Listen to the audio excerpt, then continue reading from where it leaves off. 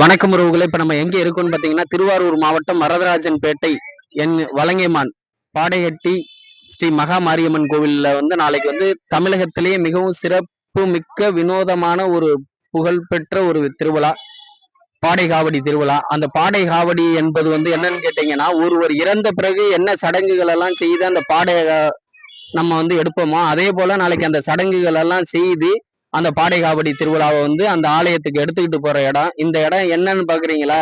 அதாவது இங்கதான் அந்த நம்ம அந்த பால் குடம் காவடி எடுக்கிறதுக்கு முன்னாடி பாத்தீங்கன்னா அந்த பாடை கட்டுறதுக்கு இப்ப காவடி கட்டுறதுக்கெல்லாம் நம்ம குளிச்சுட்டு வருவோம் பாருங்க, நீராடி விட்டு இங்கதான் காவடி கட்டிட்டு போற கரையை தான் இப்ப நீங்க பாத்துக்கிட்டு இருக்குது.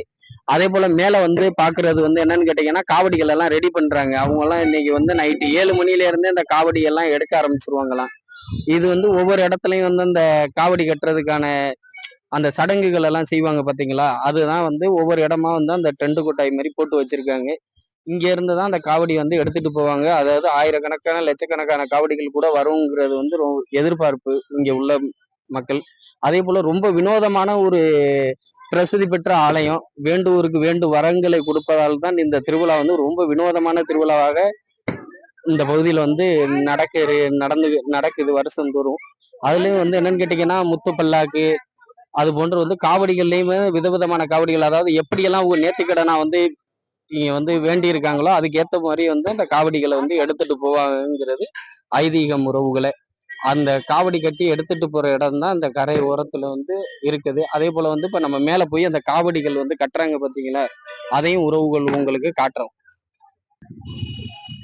உறவுகளே, அதே போல என்னன்னு கேட்டீங்கன்னா, அந்த பாடை கட்டுற இடத்துல பார்த்தோம்னா நம்ம ஐயா ஒருத்தர்கிட்ட இந்த பாடை கட்டுறது இந்த சடங்குகளை பத்தி எல்லாம் கேட்போம். ஐயா, உங்க பேர் ஐயா? காட்டேன்.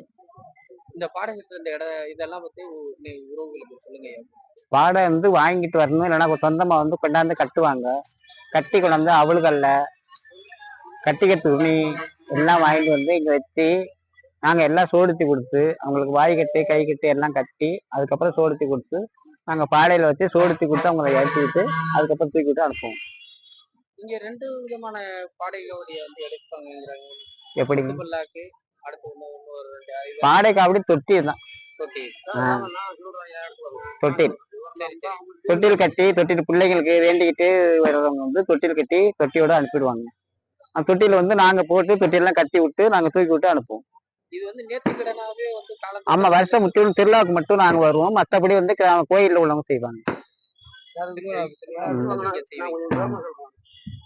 ரொம்ப நன்றிங்க.